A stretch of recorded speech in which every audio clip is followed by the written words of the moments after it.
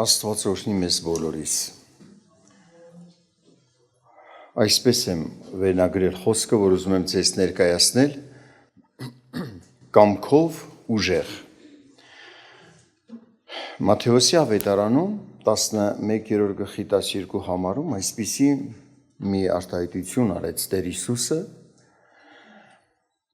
Հովհաննես Մկրտչի օրերից մինչև հիմա երկնքի արքայությունը ուժով է առնվում եւ ուժովները հափշտակում են նրան։ Այս տեքստում Տեր Հիսուսը նկատի ուներ մարդը, որ հաստատուն ընտրություն է կատարում, իր կամքը չի փոխում իր ընտրության մեջ, կամքով ուժեղ մարդ։ Հաստատուն է մնում մինչև անգամ ծանր փորձությունների մեջ։ Ավելի պարզ կլինի մեզ համար կամքով ուժեղ, կամքի ուժ ունենալու այդ դրա կարևորության դրսևորումը տեսնել օրինակներով եւ այդպիսի օրինակներ ավետարանում գրված են մարդկանց կյանքից, որոնք պատահական չեն այդ օրինակները գրված, շատ կարևոր նշանակություն ունեն այսօր մեզ ընթերցողիս համար, կարդացողիս համար։ Կկարդամ այդպիսի մի օրինակ Ղուկասի ավետարանի 19-րդ գլխից, Ղուկասի ավետարան 19-րդ գլխի 1-ից 10 համարները։ Մտած Երիքովի միջովն անցնում էր Տեր Հիսուսը, անցնում էր Երիքովի միջով, եւ ահա մի մարդ անունը Զաքեոս կոչված, որ նա մաքսապետ էր եւ ինքը հարուստ էր։ Ուզում էր Հիսուսին տեսնել, թե ով է, բայց բազմության պատճառով չէր կարողանում, որովհետև հասակով կարճ էր։ Եվ առաջ վազեց վեր ելավ մի ժանտաթզենի, որ տեսնե նրան, որովհետև այնտեղով պիտի անցներ։ Եվ երբ որ այնտեղը եկավ, Հիսուսը վեր նայեց նրան ասեց. «Զաքե, շուտ արա իջիր, որովհետև ինձ այսօր պետք է քո տանը կենալ»։ Նա էլ շտապելով իջավ եւ ուրախությունով ընդունեց նրան, այսինքն ընդունեց Տեր Հիսուսին։ Եվ բոլոր տեսնողները տրտնջում էին եւ ասում, թե մեղավոր մարդու մոտ մտավ հանգիստ առնելու։ Զաքեոսն էլ կանգնեց եւ Տիրոջն ասեց. «Տեր, ահա իմ ինչքերի կեսն աղքատներին կտամ։ Եվ եթե մեկին զրպարտությունով զրկել եմ, չորեք փաթիկ կվճարեմ»։ Հիսուս էլ նրան ասեց, թե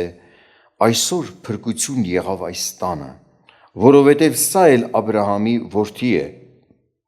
որովհետև մարդի որդին եկավ, որ որոնե եւ ապրեցնե կորածը։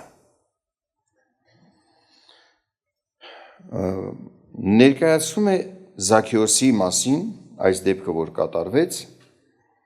նախ Զաքեոսը ինչ ազնվորություն էր։ Երիքով քաղաքում նա մաքսապետ էր եւ շատ հարուստ։ Պատկերացրեք, մենք այսօր տեսնենք այսպիսի պաշտոն ունեցող մարդու, որ Աստծո մի մարդ անցնի ճանապարհով, բարձրանա ծառը, որպեսի տեսնի, նրան տեսնի, ուղղակի տեսնելու գոնե այդ հնարավորությունը ունենա։ Երեք միտեղ կարդացինք այս հատվածը, որ ասում ենք հարկայինի պետը բարձրացավ ծառը Հիսուսին տեսնելու։ Լսողները սկսեցին ծիծաղել, այ ոնց որ դուք եք հիմա ծիծաղում։ Պատկերացրեք, այդտեղ էլ էին ծիծաղում։ Այնպես չի, որ այդ մարդը, այդ պաշտոնի, այդ հարուստ մարդ հեղինակություն ունեցող բարձրացավ ծառը Հիսուսին տեսնելու։ Քրիստոսն այստեղ նույնպես երևում է նրա աստվածությունը, մարդուն ճանաչում է, ոչ թե աչքի երևույթով, ինչպես մենք ենք տեսնում արտաքինից, այս սրտեր քննող է նա։ Ում հետ ինչ գործ ունենա, լավ գիտի։ Պատահական չէր, որ ասեց Զաքեոս, քո տանը պետք է հանգիստ առնեմ։ Թեև շատ հոգևոր կոչվողներ, քննադատներ, ժողովրդին նաև իրենք դրդեցին, որ այսպես ասեն, մեղավոր մարդու տուն մտավ, մաքսավոր մարդու, մաքսապետ, Երբ որ այդ ժամանակ ուզում էին մեկին ասեն շատ մեղավոր, ասեն հո մաքսավոր չես, այսպիսի մի վերաբերմունք են ունեցել իրենք մեղավորների մաքսավորների հանդեպ։ Համարում էին շատ մեղավոր, որ նրանք զրկում էին մարդկանց, թալանում, օրենքից դուրս բաներ պահանջում։ Այդպիսի մի գործունեության մեջ է եղել նաև Զաքեոսը, իր խոսքերից, իր զղջումից էլ է արտահայտվում դա։ Բայց Զաքեոսը չէր նայում ժողովուրդը ինչ վերաբերմունք ցույց կտա իրեն։ Ինքը ուղղակի ուզում էր Հիսուսին տեսնել, նա չէր էլ պատկերացնի, որ կարժանանա այդ պատվին, որ Քրիստոս իր տանը պիտի հանգիստ առնի։ Ասի իջիր ծառից, քո տանը պետք է հանգիստ առնեմ։ Նա չէր պատկերացնում, բայց այդ իրան մեջ փաստորեն մեծ հարգանք կար Քրիստոսի նկատմամբ։ Սա էլ կամքի ուժ է, որ մարդը չի ազդվում շրջապատից։ Չի ազդվում։ Երբ որ հավաքված էին եւ սեղանի շուրջ նստած հյուրասիրում էր Հիսուսին եւ նրա հետ լինողներին, կանգնեց Քրիստոսի առաջ, Տիրոջ առաջ եւ ասաց. Ունեցվածքից կեսը աղքատներին կտամ եւ ում որ զրկել եմ զրպարտությամբ չորեք պատիկը ետ կվերադարձնեմ։ Դա օրենքի համեմատ պահանջ էր։ Մեկից թալանել էիր, գողացել էիր, զրկել էիր, 4 քառապատիկ վերադարձնել։ Բայց կուզեմ նայեք նաև եւս մի այլ կողմից այս մարդու վերաբերմունքին։ Սա էր կամքի ուժի դրսևորում, որ Զաքեոսը չնայած շրջապատը ինչ վերաբերմունք ցույց կտա իրեն։ Իր ապաշխարությունն էր խոսում, նա արտահայտվում էր իր ապաշխարությունը, իր մեղավոր լինելը տեսնում։ Մարդկանց զրկել է, այսինքն ինչպես եմ զրկել, որպես արկայինի պետ, առավել եմ վերցրել այն, որ պահանջվում էր։ Վատ եմ վարվել, սխալ եմ արել, ես դրանք ետ կվերադարձնեմ։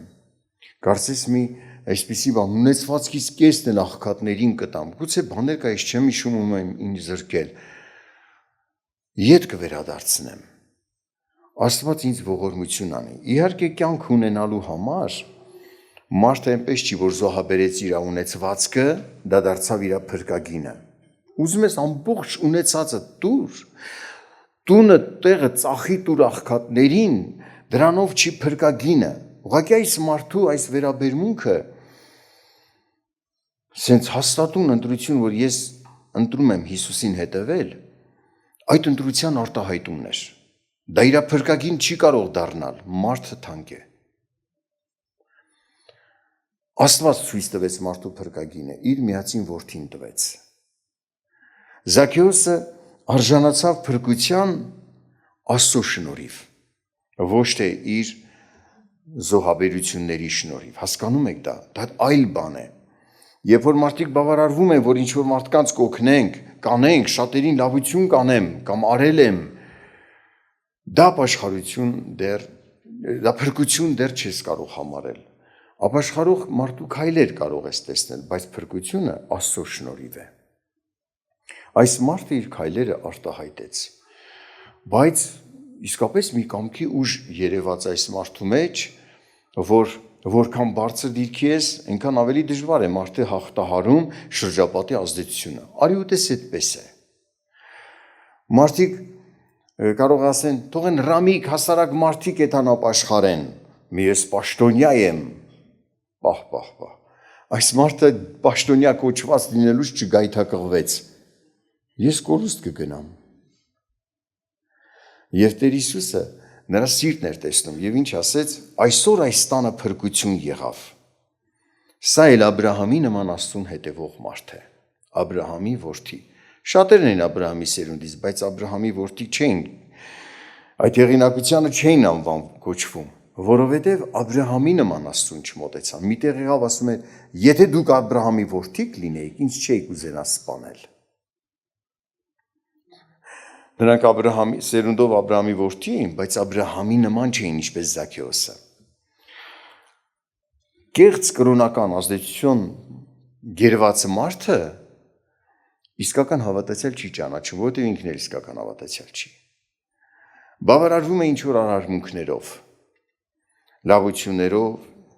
եւ այլ բաներով, բայց լիարժեք դառնամ Աստծուն, ինչպես Զաքեոսը։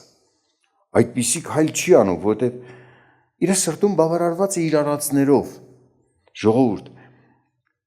նույնիսկ եթե դու ունես հնարավորություն եւ շատ լավություններ ես անում մարդկանց, դա բարի է, դա վարձի արժան է, բայց փրկագին չէ։ Քրիստոսի արյան գնով մենք փրկվեցինք։ Սա է փրկագինը, այլ գին չկա։ Այն որ ասած զոհաբերես, ասում է ժողովրդի լեզվով այլ կերպով, մատաղներ անես ունեցածը, դա էլ փրկագին չէ։ Շատ մարդիկ եղել են, չէ, շատ թանկարժեք մեքենա թռել ընկել են ջուրը։ Խեղդվում են, բայց իրենց ավտոն չեն կարող փրկել։ Բացում են դուրը, դուրս են գալիս, մի կերպ որ փրկվում են, ասեն շնորհակալ եմ Աստված։ Բայց միլիոնավոր ավտո է ջրի տակ մնաց։ Այդ վայրկյանների մեջ իր աչքին չի երևում իր այդ թանկարժեք մեքենան, որովհետև խեղդվում է։ Հազիվ բրծավ վտանգից, դուրս եկավ։ Մեկ այլ օրինակ բերեմ Հովհաննեսի ավետարանից, կարծում եմ Հովհաննեսի ավետարան 9-րդ գլխի առաջին համարից, արագ կարդամ այս գլուխը, մի կույրի մասին է։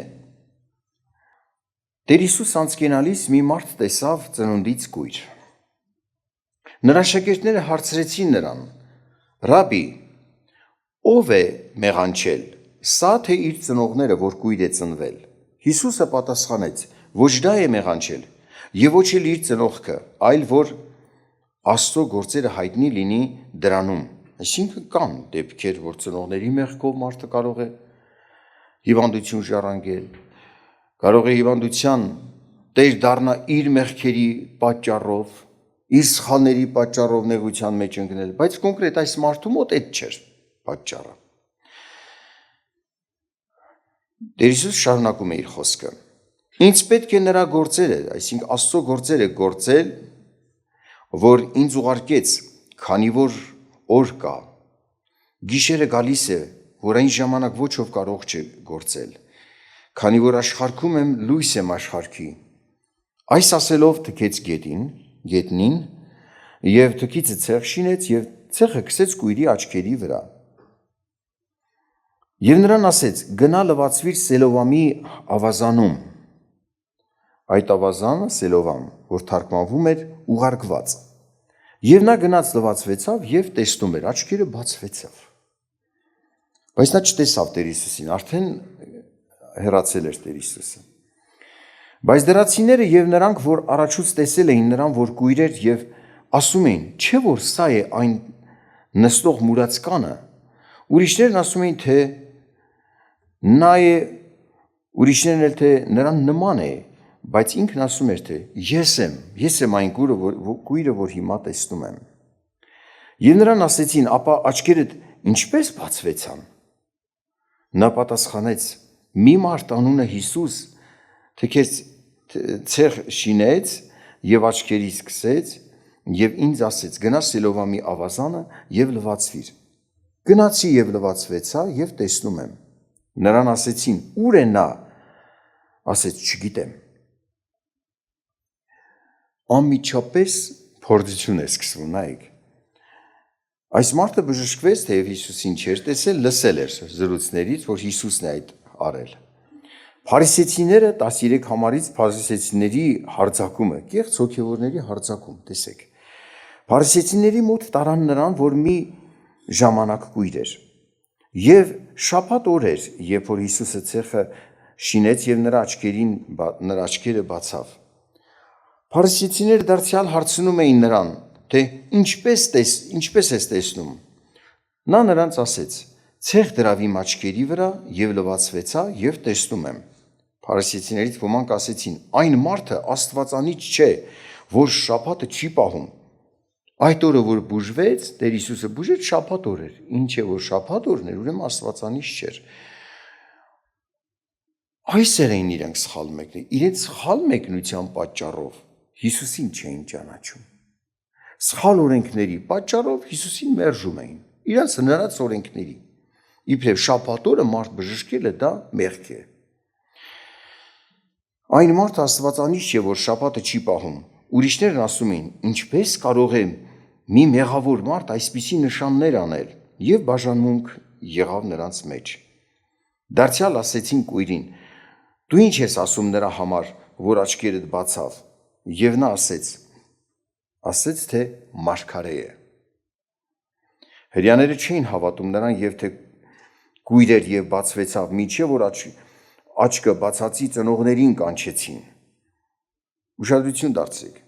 նեղություն են տալիս նաեւ ընտանիքին։ Սա մի հատ ճնշում էր։ Սրանց ազդեցությամբ պիտի այս մարդը ուրանար, ասեր, հա, մեղավոր է, մեղավոր մարդ էր, շաբաթ իրավունք չուներ շաբաթը բժշկություն աներ, ուրանալ տային մարդուն։ Պատկերացնում եք, եթե մարդուն ուրանալ տան, կամ իրան բժշկողին մեղավոր համարի, մերժի, նորից այդ հիվանդությունը ետ է դառնում։ Այդ օրհնությունը հեռանալու է, կորցնելու է ներկա ստացած օրհնությունը, կորցնելու է նաև ապագայում, ինչ որ Աստված Քրիստոսը պիտի տար հավատացողին։ Աշխատանք են տանում այս մարդուն ուրացման տանեն։ Պայքարում է, որ մնա հավատարիմ, թեև չի տեսել Հիսուսին։ Ասում են, նա մարգարե է, սա իր դավանությունն էր, իր հասկացողության չափով։ Նա դեռ խորապես չգիտեր Աստծո որդին է նա, Հիսուսը։ Սակայն այդքանն էր կարողանում մտածել, ուրեմն մարգարե էր, որ այս գործը արեց, եթե մեղավոր լիներ, նա չէր կարող ինձ բժշկել։ Կանչեցին ծնողներին, նրանց հարցրեցին ու ասեցին. սա է ձեր որդին, որի համար ասում եք դուք թե կույր ծնվեցավ, ծննդից կույր էր։ Ապա ինչպես է հիմա տեսնում։ Նրա ծնողները պատասխանեցին եւ ասեցին. գիտենք, որ սա մեր որդին է, եւ թե կույր ծնվեցավ, բայց թե հիմա ինչպես է տեսնում, չգիտենք, կամ ով բացավ նրա աչքերը, մենք չգիտենք։ Ինքը չափահաս է, իրեն հարցրեք, թող ինքը խոսի իրեն համար։ Նրա ծնողներն այս ասեցին, որովհետև հրեաներից վախենում էին, որովհետև հրեաները արդեն միասին որոշել էին, որ եթե մեկը Հիսուս դավանե, նրան ժողովարանից դուրս հանեն։ Ծնողները վախեցան, որ ժողովարանից դուրս կհանեն իրենց, բայց այս կույրը որ բժշկվել էր, չէր վախենում, մարգարե է, արդար մարդ է նա։ Պայքարում էր, ոնց որ իր ճանաչողությունը ինչ որ չափով որ ճանաչում է, չկորցնի։ Այդ վախից դրդված նրա ծնողները ասեցին, թե ինքը չափահաս է, որ ժողովարանից դուրս չհանվեն։ Հետո երկրորդ անգամ կանչեցին այն մարդուն, որ կույր էր, եւ նրան ասեցին. Աստուն փառք տուր, մենք գիտենք, որ այն մարդը մեղավոր է։ Նորից ազդում են, մեզ հայտնի եղե, պարզ է դարձել, որ այդ մարդը մեղավոր էր։ Մեր օրենքները, մեր պապերի օրենքները խախտել է։ Գոհություն տուր Աստծուն, որ հայտնի է եղել, դու էլ լուսավորվեցիր, էդի Աստծուց չէր այդ մարդը։ Պատկերացնում եք ինչ համոզում, հոգևոր կերպար ունենալով մոտենում են կեղծ ձևերով, մոլորեցնող ազդեցություն է սա, որ մարդուն ուրանալ տան Քրիստոսին։ Նա էլ ասեց, թե մեղավոր է ես չգիտեմ, մի բան գիտեմ, որ կույր էի, հիմա տեսնում եմ։ Եվ դարձյալ ասեցին, ինչ արավ քեզ, ինչպես բացեց աչքերդ, նա պատասխանեց, արդեն ձեզ ասեցի։ Ինչու եք նորից հարցնում, միթե դուք էլ եք կամենում նրա աշակերտը լինել։ Նրանք նախատեցին նրան եւ ասեցին, դու ես նրա աշակերտը, իսկ մենք Մովսեսի աշակերտներն ենք։ Բայց սուտ է։ Մովսեսի օրենքները փոխողներ են։ Եթե Մովսեսի աշակերտ լինեին, կճանաչեին Հիսուսին։ Մովսեսի աշակերտ լինելու այդ պաշտոնը վերցրել էին իրենց վրա այդ դիրքը, բայց իրականում Մովսեսի աշակերտ չէին։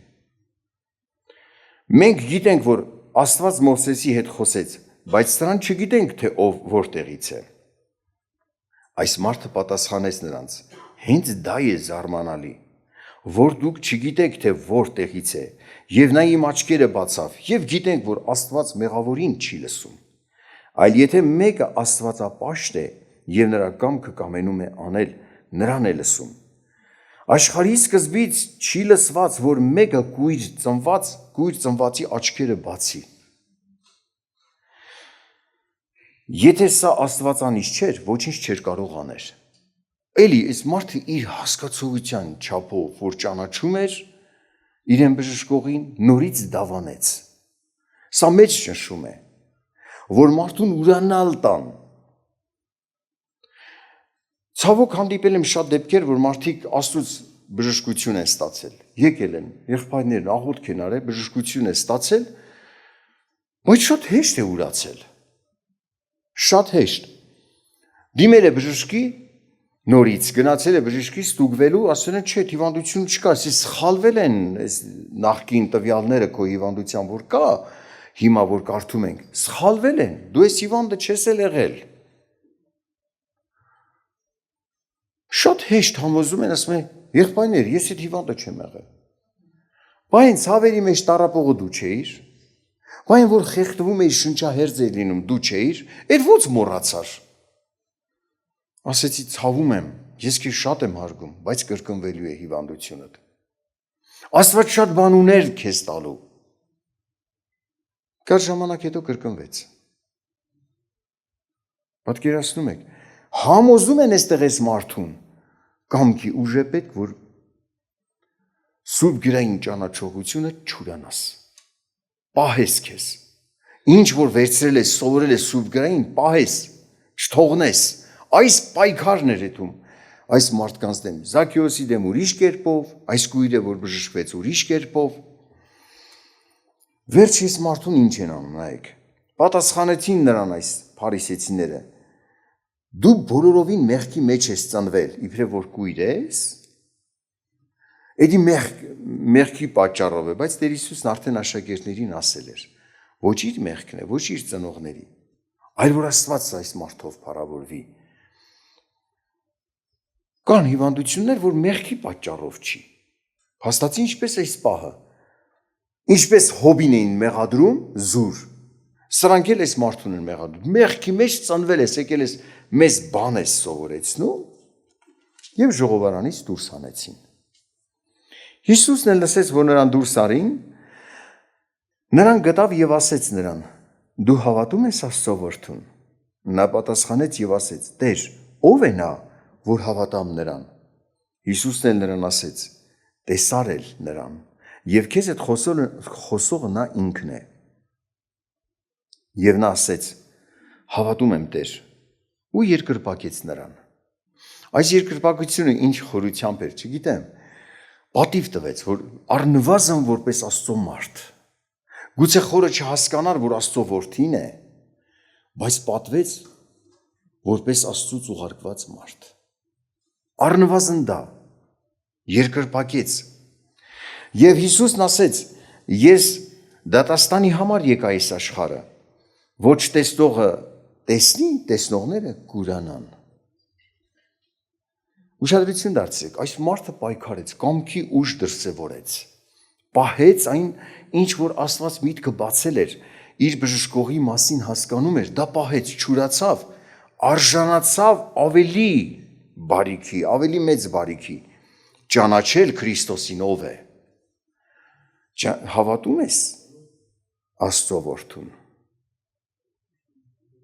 Ուշադրություն եք դարձնում, ինչ է ասում, դու ճանաչում ես Աստծո որդուն, դա ես եմ։ Նա արդեն պատրաստ էր այդ հայտնությունը, այդ պատգամը ընդունելու, որ նա Աստծո որդին, Աստծուց ուղարկվածը, ու երկրպագեց, արժանացավ նոր բարիք ստանալու։ Դրա համար ունեցածը չկորցնելը, կամքի ուժ ունենաս պահես, քո հավատարմությունը պահես, ոչ միայն չես կորցնում ունեցածը, այլ արժանանում ես նորանոր բարիքների։ Այն, որ ապագայում ծրագրել է Աստված քեզ համար, նորանոր պատգամների, նորանոր ճանաչողությունների, որ ավելին պարզ տեսնես քո Փրկչին, ով է և ինչպիսին է։ Փարիսեցիներից ոմանք լսեցին, որ ասեց, ես եկա աշխարհ, որ տեսնողները չտեսնեն, չտեսնողները տեսնեն։ Նրանցից ոմանք, որ լսեցին, ասեցին, թե միթե մենք էլ կույր ենք։ Հիսուսը նրանց ասեց, եթե կույր լինեիք, մեղք չէիք ունենա, բայց հիմա ասում եք, թե տեսնում ենք, նրա համար ձեր մեղքը մնում է ձեր վրա։ ձեզ տեսնողի տեղ եք դրել, դրա համար է ձեր մեղքը մնում է ձեզ վրա։ Աստված մեզ օրհնի, ժողովուրդ ջան։ Մենք այս օրինակներից տեսնում ենք, որ մենք էլ մեր հանդիպած հարցերի մեջ պետք է կամքի ուժ ունենանք մեր հավատքը պահելու, չուրանանք Աստծուն, մեր Տեր Հիսուս Քրիստոսին։ Երբ որ ասում են հավատացյալ ես, ամարդ հիմա այս մարդը չէր ճանաչում Աստծո որդին է, ասում են մարգարե է, այդքաններ հասկանում։ Այո, հավատացյալ եմ, այդքաններ դավանում։ Ճանաչում եմ նրան որպես մարգարե։ Ճանաչում եմ նրան որպես արդար։ Եթե արդար չլիներ, չէր կարող այդ գործանել, ով է լսել իծնե քույրին, չափահաս մարդ դարձած աչքերը բաց են։ Սա Աստծո գործ է, եւ եթե նա Աստծո կամքի համեմատ ապրող մարդ չլիներ, չէր լսվի նրա, չէր կատարվի այդ բժշկությունը, սա դավանություն էր։ Եվ այս մարդը պահեց իր հավատքը եւ արժանացավ Քրիստոսին ճանաչելու, որ սա է Աստծո որդին եւ երկրպագեց։ Մենք էլ ենք փորձությունների հանդիպում, Աստված մեզ զորացնի։ Փորձությունների ժամին մենք էլ մեր ստացածը պահենք։ Կամքի ուժ է պետք ունենալ, որ չընկնես։ Աստված էլ մեզ այդ զորացնի, այդ ուժը տա։ Դավանենք միջև վերջ մեր Տիրոջը, ինչ որ ունենք պահենք, փորձությունների մեջ էլ չուրանանք մեր Տիրոջը, ոչ էլ Աստծո մարդու։